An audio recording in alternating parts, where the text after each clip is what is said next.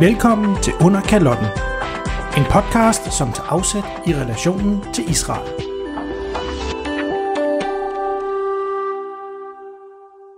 I dette afsnit skal vi høre Andrew Tucker fra Holland, en specialist i international ret i Haag, fortælle om de retssager, der vil blive rejst i Haag mod Israel i løbet af 2022. Vi runder af i det sproglige hjørne med Ulrik Flinter, men først aktuelt.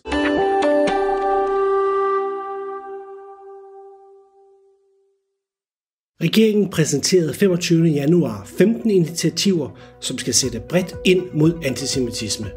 Der afsættes blandt andet midler til obligatorisk undervisning i holocaust i skolen, formidling af dansk-jødisk kulturhistorie, styrket undervisning af politifolk til forebyggelse og radikalisering, bedre målrettet forskning i antisemitisme og øget fokus på miljøer, hvor antisemitisme er særligt udbredt. På baggrund af omfattende hærværk mod jødiske gravpladser flere steder i landet, bekendtgjorde justitsminister Nick Hækkerup, at regeringen ville udarbejde en national handlingsplan til bekæmpelse af antisemitisme. Handlingsplanen er udarbejdet i en tværministeriel arbejdsgruppe bestående af repræsentanter fra blandt andet Justitsministeriet, Kulturministeriet, Beskæftigelsesministeriet, Børne- og Undervisningsministeriet. Justitsminister Nick Hækkerup siger i forbindelse med præsentationen: Antisemitisme er desværre blevet et større problem i Danmark i de seneste år.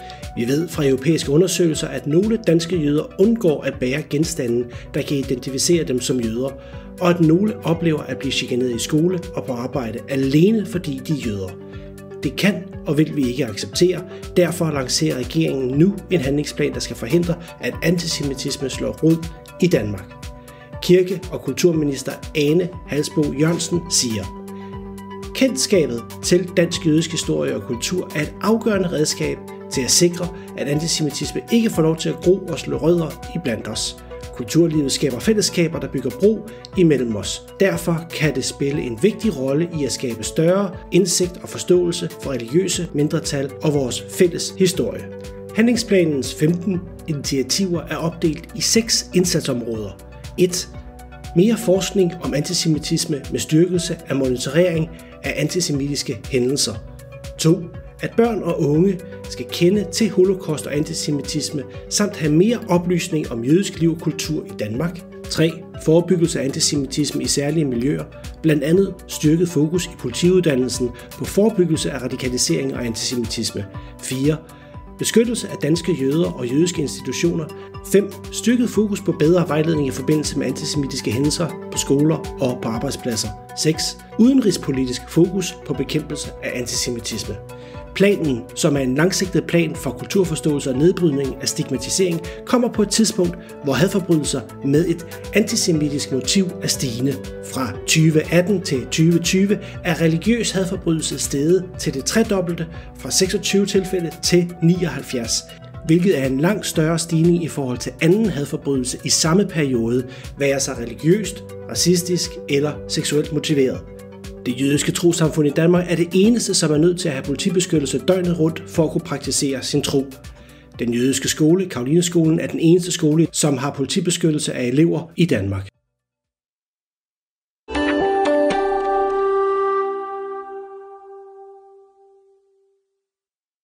På internationalt niveau bliver der taget juridiske skridt mod Israel.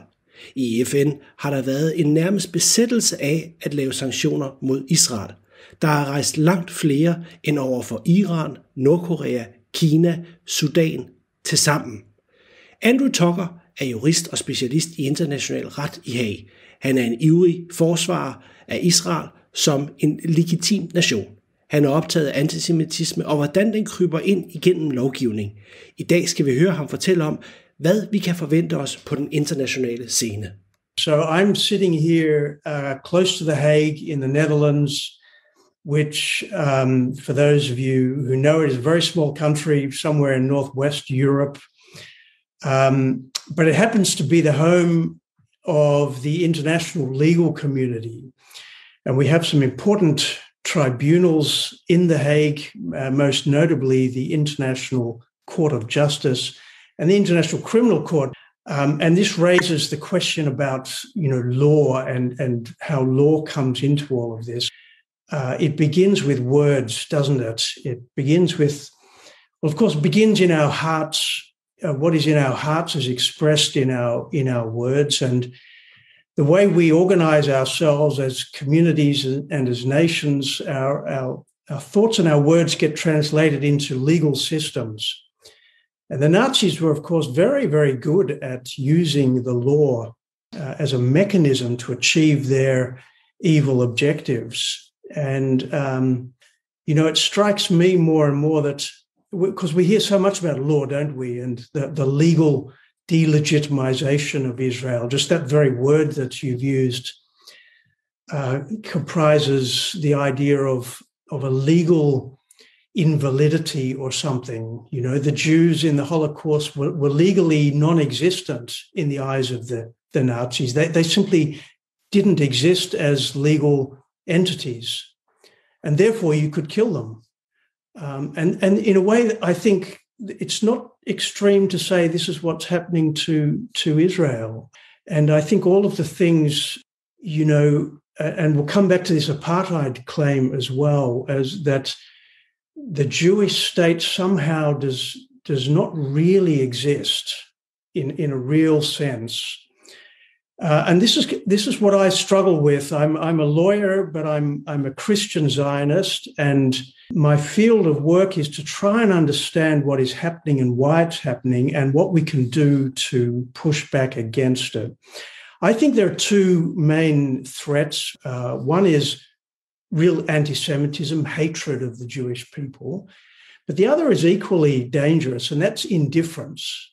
I see a lot of people, a lot of countries which sit on the fence. And I think this is one of the reasons all these resolutions get passed in the United Nations, in the General Assembly. Security Council is slightly different, but all the other institutions which really work on a majority voting system.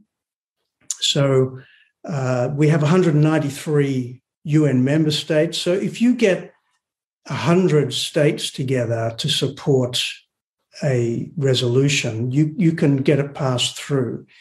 Now, this commission of inquiry that we're going to look at a little bit more deeply was created by only 24 member states who used the UN Human Rights Council. And it's the other states that do not oppose it, I think, are the more problematic ones, because they have the power to do something about it and they don't. I thought I'd just start by remembering and recognizing just how special the state of Israel is. What a miracle it is that it exists at all. It's only 100 years ago that the international community decided to recognize the unique connection of the Jewish people with the land, and the rise of anti-Semitism in Europe particularly, meaning that, and it was all the international community under the League of Nations who said it's right, it's just, it's fair that the Jewish people come home after 2,000 years of extreme hatred and persecution and all the other terrible things we know about. This is a matter of justice. And the Jewish state was created in the midst of conflict. But let's not forget that it was the prayers, I think, of the Jewish people and Christian Zionists over the centuries that opened this window of opportunity, a very small, unique window around 1917 to 1920, when the mandate for Palestine came into existence. But from that moment, everybody turned again against the Jewish people, and they had to fight for their rights under the mandate. Britain was charged with creating the Jewish homeland in Palestine. Well, they closed the borders to Palestine. They stopped the Jews from being able to flee Nazi persecution in Europe. So when Israel came into existence in 1948, it was a miracle. It was one of those amazing moments in history where God, I think, broke through and created his nation, because we mustn't forget that Israel is God's people, it's God's nation. Now, all the way since 1948, Israel has had to fight for its existence. It fought a number of existential wars, 5 of them, right through to the mid-1970s. And I think the 1970s has been mentioned. I think that was the turning point. Talia mentioned the Zionism is Racism resolution of 1975. That's shortly 2 years after the Yom Kippur War, the last major existential war that the Arabs fought to destroy Israel. They lost, at least they didn't win. And from that moment on, they've used the international legal institutions to achieve their objective. And their objective is, quite simply, to destroy the Jewish state of Israel. They have three main weapons. One of them was the oil weapon. They've used very well economic power, the dependence of the West upon Middle Eastern oil. Now, that's changing, of course, I think, significantly, fortunately. The second weapon they have is Palestinian statehood.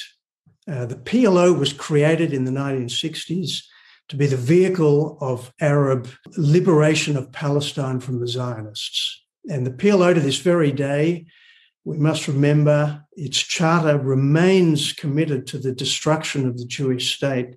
The PLO is not a friendly negotiating partner for Israel.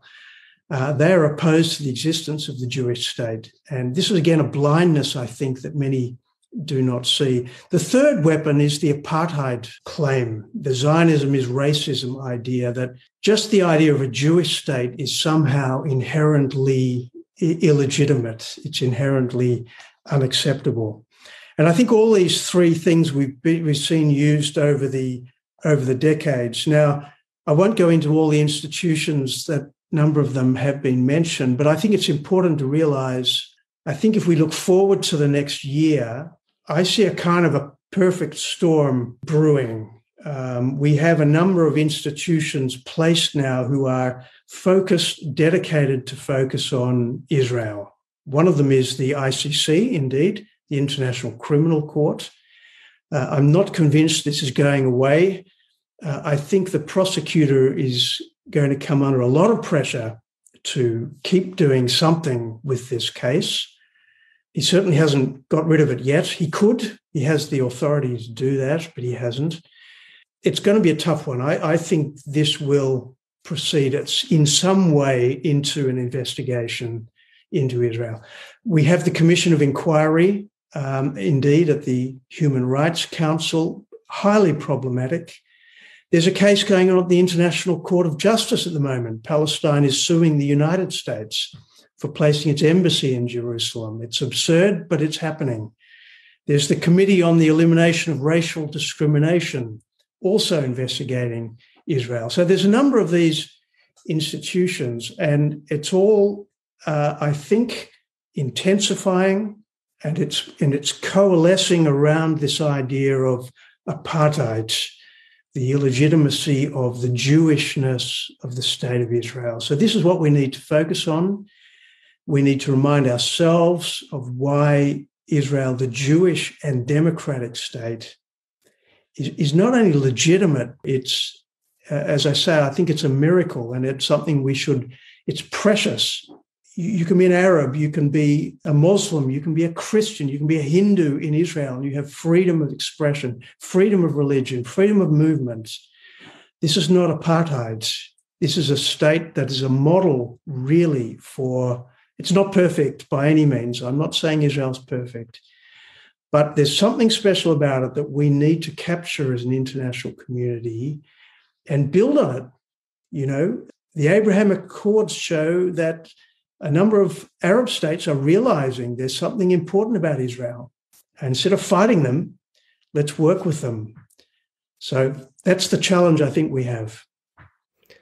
Andrew Tucker forudser, at 2022 bliver et år, hvor Israel kommer til at kæmpe på den internationale scene for sin ret til at eksistere som nation.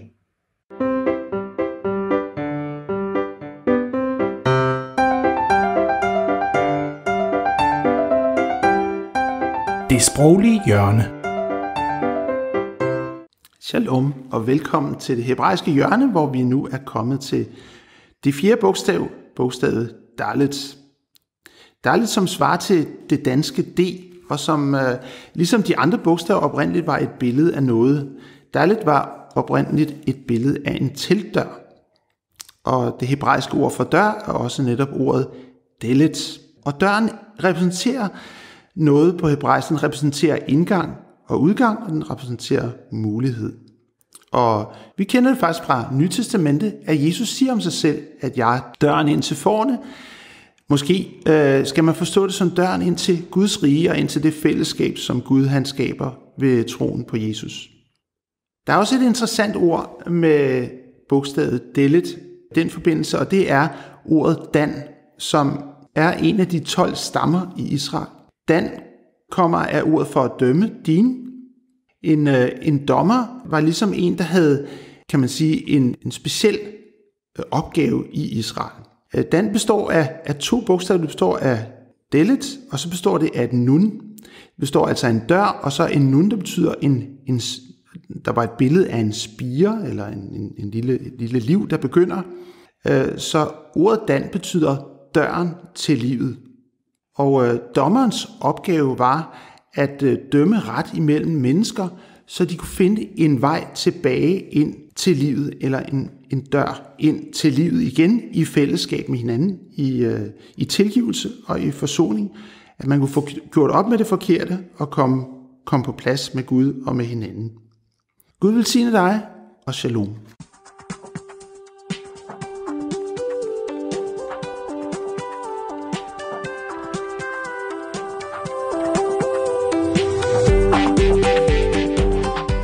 Du har lyttet til en podcast fra ICEJ Danmark. Ønsker du at vide mere om organisationen, kan du gå ind på icej.dk. Her er der også mulighed for at støtte organisationens arbejde og denne podcast.